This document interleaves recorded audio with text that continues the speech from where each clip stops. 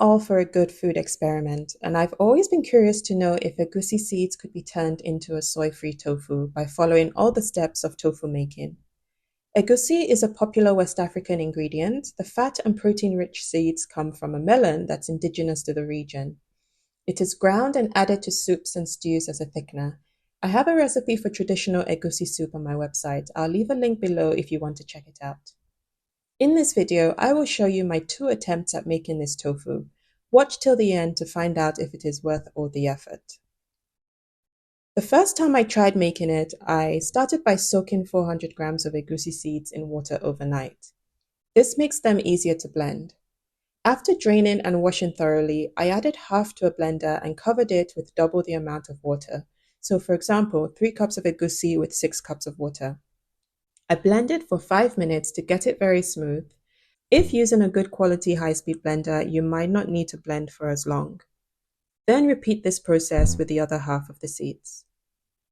Place a muslin straining bag over a large pot or bowl. Pour the egusi milk in, then twist the muslin at the top and squeeze well to get out as much of the liquid as possible. Egusi seeds really are a powerhouse.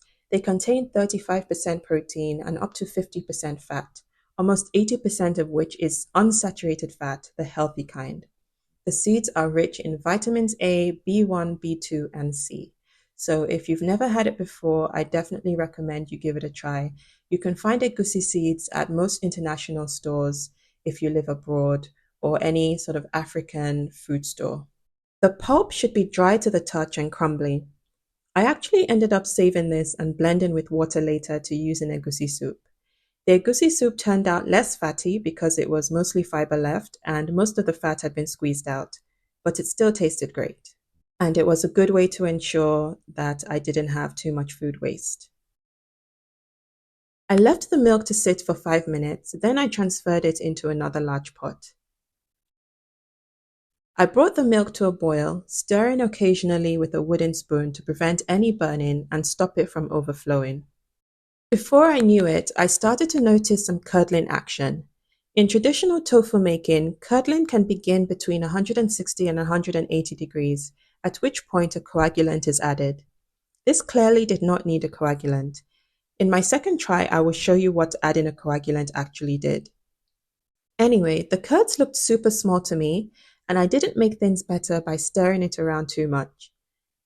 I used a slotted spoon to try and scoop out as much of the curds as I could and place them into my tofu press, which I had lined with some kitchen paper.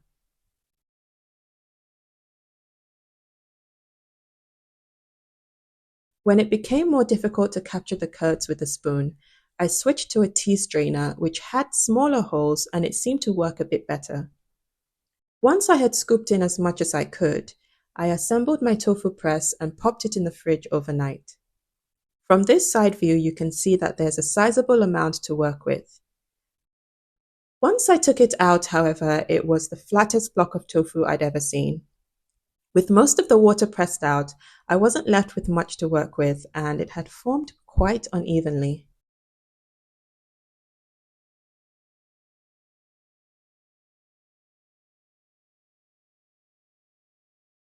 It felt silky and a little oily and pasty to the touch. You can even see some of the fatty residue on my fingers. It honestly felt like a body butter, and I may or may not have rubbed some into my skin. I cut it up into small squares, placed on a baking tray, drizzled with a little oil and seasoning, and baked until crispy. This is what it looked like out of the oven. It actually browned nicely all over. It smelled like regular baked tofu with a hint of that signature egusi aroma. It was quite crumbly. In terms of taste, it fell apart easily and was very melt in the mouth. My husband, the unfortunate guinea pig in this food experiment, thought it tasted cheesy and couldn't manage more than a couple of bites. And when I say cheesy, cheesy in not a good way. I personally thought it had a mild egusi flavor, which wasn't all unpleasant, but it was the texture that did it for me. It was a bit like eating chalk, if I'm being honest.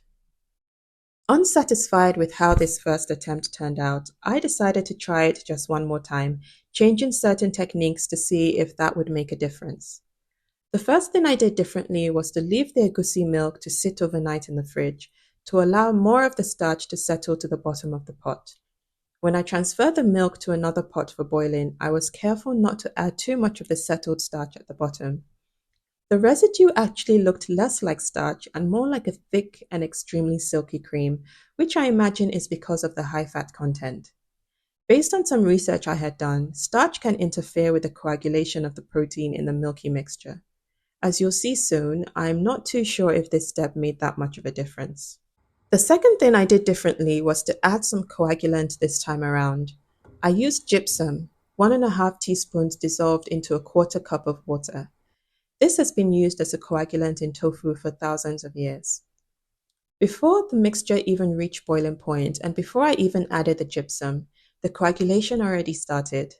I added the gypsum anyway to see if that would help the curds to clump together more and get nice and thick.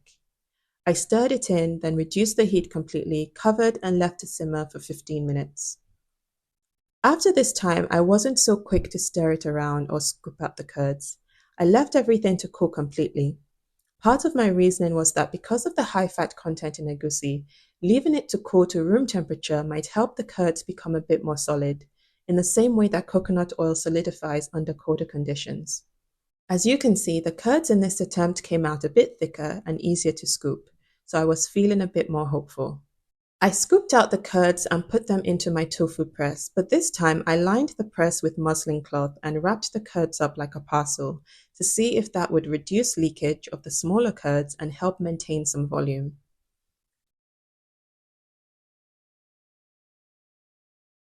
I assembled the rest of the press and popped it in the fridge overnight. The next day, I took it out, unwrapped it, and placed it immediately in some cold water, as in traditional tofu making. This actually helps the tofu get firmer. As you can see, even though I ended up with a slightly chunkier slab of egusi tofu, it fell apart quite easily as I handled it. It had the same fatty, pasty feel. It was extremely soft and silky. You can see more of the texture in this shot of the cross section. I broke the tofu into pieces and once again roasted them in the oven with a little drizzle of oil and some salt sprinkled over the top. I baked them at 180 degrees Celsius for 20 minutes.